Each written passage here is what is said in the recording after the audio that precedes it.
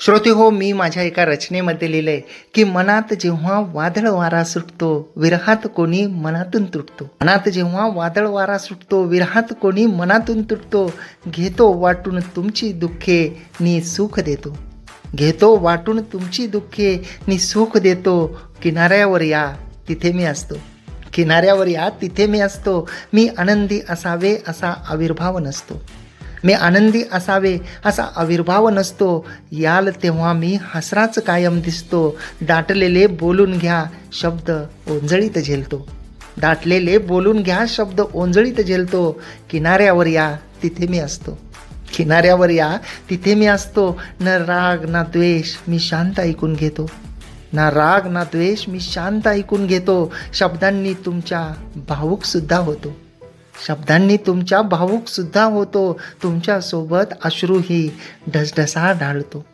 तुमच्यासोबत अश्रूही ढसढसा ढाळतो. किनाऱ्यावर या तिथे मी असतो. किनाऱ्यावर या तिथे मी असतो. क्षण जगण्याचे तुम्हा महत्त्व समजावतो. रुसलात तर नाचून गाऊन तुम्हा रिझवतो. क्षण जगण्याचे तुम्हा महत्त्व समजावतो. रुसलात तर नाचून गाऊन तुम्हा रिझवतो. खोटे खोटे रागावत तुमचाच आहे भासवतो. खोटे खोटे रागावत तुमचाच आहे भासवतो. किनाऱ्यावर या तिथे मी असतो. आणि मी शेवटी असं लिहिलंय की खरे सांगू तुम्ही असलात की मीही जगतो. खरे सांगू तुम्ही असलात की मीही जगतो. तुम्ही घेऊन राहिलेले शिल्लक तेवढे मागतो. तुम्ही घेऊन राहिलेले शिल्लक तेवढे मागतो. स्वार्थी नका हो म्हणू शब्द जिव्हारी लागतो. स्वार्थी नका हो म्हणू शब्द जिव्हारी लागतो. किनाऱ्यावर या तिथे मी असतो. किनाऱ्यावर या तिथे मी असतो. तर ही माझी रचना होती श्रोते हो. आणि आपल्याला माहीत आहे श्रोते हो की सुख आणि दुःख हा माणसाच्या जीवनामध्ये येणाऱ्या गोष्टी आहेत. आणि सुखामध्ये माणूस व्यक्त होतो, परंतु दुःखामध्ये जो आहे तो माणूस अबोल होतो. माणूस एकांत शोधतो. आणि प्रत्येकाला जी गरज असते ती गरज म्हणजे एकांतामध्ये आणि दुःखामध्ये असते. कारण सुखामध्ये तो एकटाही जगू शकतो. त्यामुळे जर बनायचं असेल तर कुणाचा तरी आधार बना. कुणाचं तरी दुःख दूर करणारी व्यक्ती बना. कुणाच्या तरी डोळ्यातली अश्रू पुसणारी व्यक्ती बना. मी माझ्या एका रचनेमध्ये लिहिले श्रोते हो की दुःखांनी अश्रू बांधले त्यांच्या वळचणीला. दुःखांनी अश्रू बांधले त्यांच्या वळचणीला. म्हणून सुखाचे कोडे न पडले कधी मला. दुःखांनी अश्रू बांधले त्यांच्या वळचणीला. म्हणून सुखाचे कोडे न पडले कधी मला. शब्दांना रिझवतो मी कोडे पडल्यावर. शब्दांना रिझवतो मी कोडे पडल्यावर. बांधतो त्यांच्यासाठी नवस्वप्नांचा झुला. बांधतो त्यांच्यासाठी नवस्वप्नांचा झुला. तर ही माझी रचना होती. आणि आपल्याला माहीत आहे श्रोते हो की दुःख जरी असलं तरी आपल्याला हसावं लागतं. या अनुषंगानं मी माझ्या एका चारोळीमध्ये लिहिले की दुःखात हसणे परिस्थितीला साजिरे होते. दुःखात हसणे परिस्थितीला साजिरे होते. जगताना मरण्यातले क्षण गोजिरे होते. जगताना मरण्यातले क्षण गोजिरे होते. अंधारात मी ढाळले अश्रू एकट्याने. अंधारात मी ढाळले अश्रू एकट्याने. उजेडात माझ्या सोबतीला सारे होते. उजेडात माझ्या सोबतीला सारे होते. सारे होते. तर या माझ्या काही रचना होत्या श्रोते हो. आणि श्रोते हो, आपण अश्रू या शब्दांच्या अनुषंगानं आपल्या जगभरातल्या मान्यवरांच्या सुंदर सुंदर रचनांचा आस्वाद घेत आहोत. आणि अश्रू शब्दाला अतिशय अप्रतिमरित्या सर्वच मान्यवरांनी शब्दबद्ध केलेला आहे. आणि याच शृंखलेमधील पुढच्या 2 आपण चारोळ्यांकडे वळणार आहोत. आणि ज्या अप्रतिम अशा 2 चारोळ्या आहेत त्या आपल्याला पाठवलेल्या आहेत कवी प्रमोद शंकरराव हामंद सर. कवी प्रमोद शंकरराव हामंद सर जे की आरोग्यसेवक आहेत. भाडू उमरी पांढरकवडा जिल्हा यवतमाळ येथून. भाडू उमरी पांढरकवडा जिल्हा यवतमाळ येथून सरांनी 2 चारोळ्यामध्ये लिहिले. पहिल्या चारोळीत सर लिहित आहेत अश्रू शीर्षकाखाली की सारेच म्हणतात मित्रा तू नेहमी आनंदी असतो. सारेच म्हणतात मित्रा तू नेहमी आनंदी असतो. दुःखांना हरवायला मी पावसात अश्रू गाळतो. दुःखांना हरवायला मी पावसात अश्रू गाळतो. तर खूपच अप्रतिम आणि हृदयस्पर्शी असे भाव जे आहेत ते सरांच्या या चारोळीमध्ये होते. आणि श्रोते हो, पावसामध्ये जेव्हा डोळ्यामध्ये अश्रू येतो तेव्हा तो कोणाला दिसत नाही. त्यामुळं बरेच लोक जे आहेत ते पावसाला आपला जिवलग सखा सोबती मानतात. आणि पावसात गाळलेले जे अश्रू असतात त्या अश्रूंचं जे मोल आहे ते तेवढंच जरी असलं जे इतर वेळी डोळ्यातून ओघळतात, परंतु पावसातले अश्रू फक्त आपल्याला माहीत असतात, ते जगाला दिसत नाहीत. आणि या अप्रतिम अशा चारोळीनंतर दुसऱ्या चारोळीमध्ये सरांनी लिहिले की जीवनात ज्यांना अश्रू समजले त्यांना आनंदाची किंमत कळाली. जीवनात ज्यांना अश्रू समजले त्यांना आनंदाची किंमत कळाली. हातांच्या रेषेपेक्षा कर्मावर भरोसा ज्यांचा, हातांच्या रेषेपेक्षा कर्मावर भरोसा ज्यांचा, सुखाची सावली जीवनभर त्यांना मिळाली, सुखाची सावली जीवनभर त्यांना मिळाली. वा, खूपच अप्रतिम आणि प्रेरणादायी अशी ही चारोळी होती श्रोते हो. ही अश्रूंचं मोल ज्यांना समजतं त्यांना आनंदाची किंमत कळते. ज्याने खूप सारी दुःख भोगलेली आहेत त्याला सुखाच्या एक एक क्षणाचं महत्त्व कळतं असं मला वाटतं श्रोते हो. आणि जे दुःखाचं महत्त्व, जे अश्रूंचं महत्त्व आहे तीच व्यक्ती समजू शकते ज्यानं क्षणोक्षणी दुःख भोगलेले आहेत. आणि खूप वेळा श्रोते हो, आपण एखाद्या व्यक्तीच्या स्वभावावरून, एखाद्या व्यक्तीच्या वागण्यावरून, बोलण्यावरून, त्याच्या आनंदी दिसण्यावरून आपल्याला असं वाटतं की त्याला कोणतंच दुःख नाही. परंतु त्याच्या मनाच्या अंतरंगामध्ये जेव्हा आपण डोकावतो तेव्हा आपल्याला असं वाटतं की आपलं दुःख जे आहे ते या व्यक्तीच्या दुःखापेक्षा काहीच नाही, अगदी 1% नाही. कारण आपल्याला जर सुखी व्हायचं असेल, आपल्याला जर आनंदी राहायचं असेल, आपल्याला जर समाधान लाभावं असं वाटत असेल तर मला असं वाटतं श्रोते हो की इतरांचं दुःख जे आहे ते आपण पाहिलं पाहिजे. इतरांच्या वेदना, इतरांची संकटं, इतरांना आलेले प्रसंग हे जेव्हा आपण पाहू तेव्हा निश्चितपणे आपल्याला असं वाटेल की आपलं दुःख या जगामध्ये असलेल्या करोडो लोकांपेक्षा खूप छोटं आहे. खूप वेळा आपण असं म्हणतो श्रोते हो की मला हे नाही, मला ते नाही, मला ही वस्तू नाही, मला हा आनंद नाही, मला हे क्षण नाहीत. परंतु जेव्हा आपण 2 पायाने चालत एखाद्या ठिकाणी जातो आणि आपल्याला डोळ्यासमोर एखादी अपंग व्यक्ती दिसते तेव्हा काळीज सर्र होतं. जेव्हा आपल्याला 2 हात असतात आणि समोर एखादी व्यक्ती हात नसलेली आपल्याला दिसते तेव्हा आपल्या डोळ्यामध्ये पाणी येतं. आपण आपल्या जेवणामधलं अन्न जे आहे ते आपण ज्याला आपण उष्टावळ म्हणतो ती ठेवतो आणि आपण ते टाकून देतो. त्यावेळी आपल्या मनामध्ये काहीही नसतं कारण आपल्याकडं भरपूर प्रमाणामध्ये असतं. परंतु जेव्हा कुपोषणामुळं एखादं बालक मयत झालं असं चित्र आपण पाहतो, एखादी बातमी आपण पाहतो तेव्हा काळीज सर्र होतं. म्हणजे जी गोष्ट आज आपल्याकडं आहे, जे आयुष्य आपण आज जगत आहोत ते करोडो लोकांसाठी एक स्वप्न आहे जे कदाचित कधीच पूर्ण होऊ शकणार नाही. त्यामुळं मला असं वाटतं श्रोते हो की जे आहे त्यात समाधान मानूया. जे क्षण आपल्या नशिबामध्ये आलेले आहेत, जे आयुष्य आपल्याला लाभलेलं आहे त्यातल्या प्रत्येक क्षणांचा उत्सव करूया, प्रत्येक क्षणांमध्ये आनंद शोधूया आणि आनंदाचे लाखो प्रसंग, लाखो क्षण आपण निर्माण करूया. जेव्हा आपण इतरांना आनंद देण्याचा स्वतःच्या मनापासून प्रयत्न करतो तेव्हा निश्चितपणे त्याचं जे प्रतिबिंब असतं ते समोरच्याकडून उमटत असतं आणि आपण दिलेला आनंदाचा एक क्षण आपल्याला लाखो आनंदाचे क्षण हे परत माघारी मिळवून देतो असं मला वाटतं श्रोते हो. आणि याबरोबरच आपण आपल्या आजच्या शोमधल्या पुढच्या अप्रतिम अशा रचनेकडे वळूया.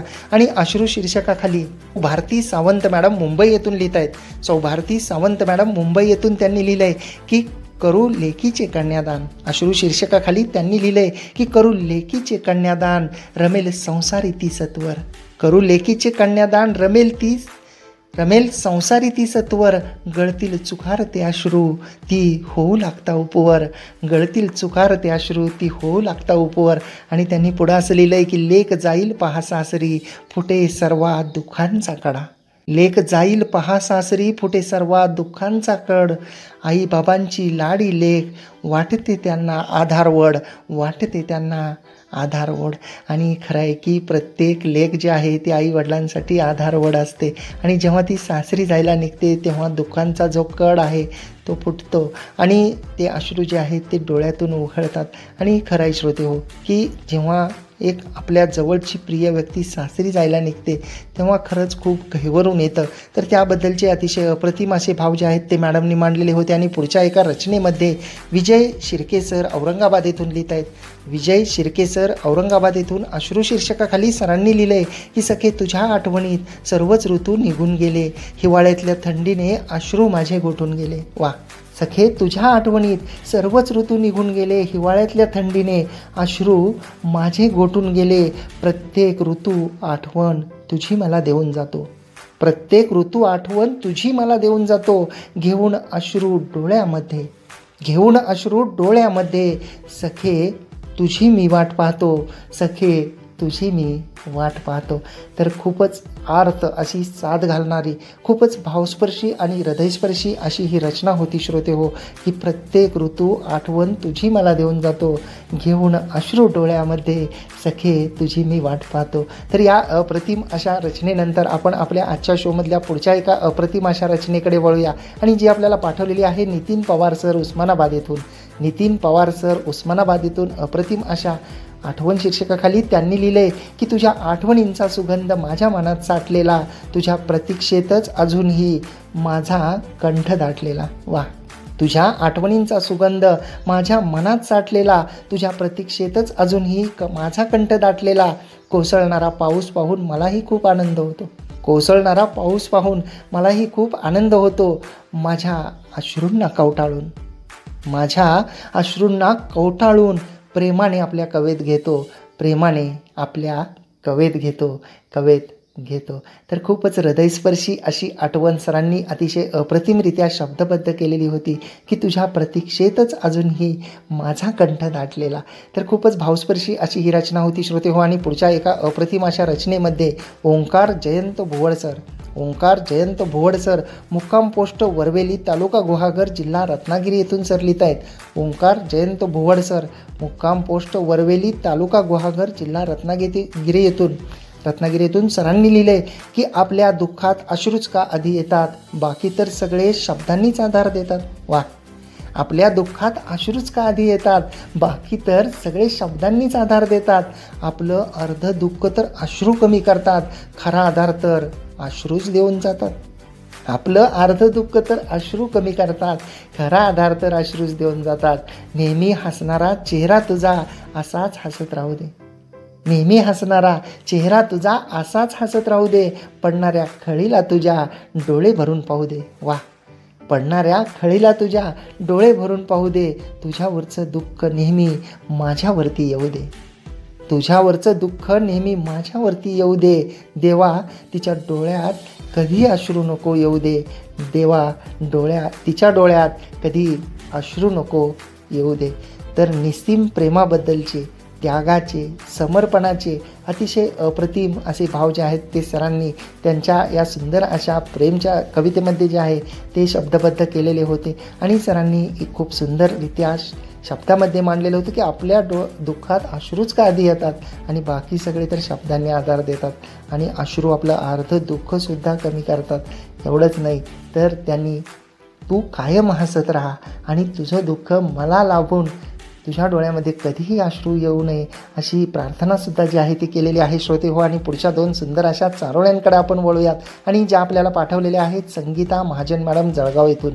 संगीता महाजन मॅडम जळगाव येथून सुंदर अशा चारोळ्यांमध्ये लिहित आहेत अश्रू शीर्षकाखाली की सुखदुःखांच्या आठवणीने नाजूक डोळ्यातून निघे अश्रू, सुखदुःखाच्या आठवणीने नाजूक डोळ्यातून निघे अश्रू. भविष्यात आशेचे किरण दाखवी, स्वविश्वास समाधानाने जगत हसू. भविष्यात आशेचे किरण दाखवी, स्वविश्वास समाधानाने जगत हसू, जगत हसू. तर खूपच भावस्पर्शी अशी ही चारोळी होती. आणि दुसऱ्या चारोळीमध्ये त्या लिहित आहेत की मनातील गुपित कधी खोली, सत्य प्रकटे भाव कमल नयनी. मनातील गुपित कधी खोली, सत्य प्रकटे भाव कमल नयनी. मनाला शांत करुणी आधार देई, प्रेमळ आनंदाच्या अश्रूंनी. मनाला शांत करुणी आधार देई, प्रेमळ आनंदाच्या अश्रूंनी.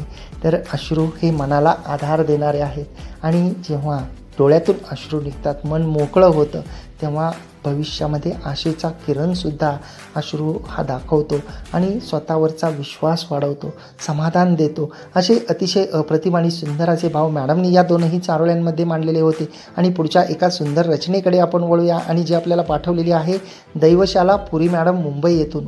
दैवशाला पुरी मॅडम मुंबई येथून अप्रतिम अशा रचनेमध्ये लिहित आहेत की कपोली तिच्या ओघळले अश्रूंचे सुंदर मोती. कपोली तिच्या ओघळले अश्रूंचे सुंदर मोती. जेव्हा ती रिमझिम पावसात भिजत होती. वा, जेव्हा ती रिमझिम पावसात भिजत होती. असतील का काही वेदना, का आनंदाश्रू असतील. असतील का काही वेदना, का आनंदाश्रू असतील, मनातील भाव तिच्या नयनातून ओघळत असतील, मनातील भाव तिच्या नयनातून ओघळत असतील. खूपच अप्रतिम आणि भावस्पर्शी अशी ही रचना होती श्रोते हो. आणि जेव्हा तिच्या डोळ्यातून अश्रूंचे सुंदर मोती पावसामध्ये ओघळले, तेव्हा नेमकं तिच्या मनामध्ये काय चालू असू शकेल याबद्दलचे प्रश्न, याबद्दलचे कयास आणि कल्पना मॅडमनी सुंदररित्या त्यांच्या या रचनेमध्ये केलेली आहे, की ते आनंदाश्रू असतील की मनातले भाव असतील. आणि श्रोते हो, तुम्ही हा खेळ शब्दांचा या कविता व चारोळ्यांच्या शोमध्ये आहात RJ कैलाससोबत. रेडिओ पुणेरी आवाज 107.8 FM वर. आनंदी रहा, आनंद लुटा.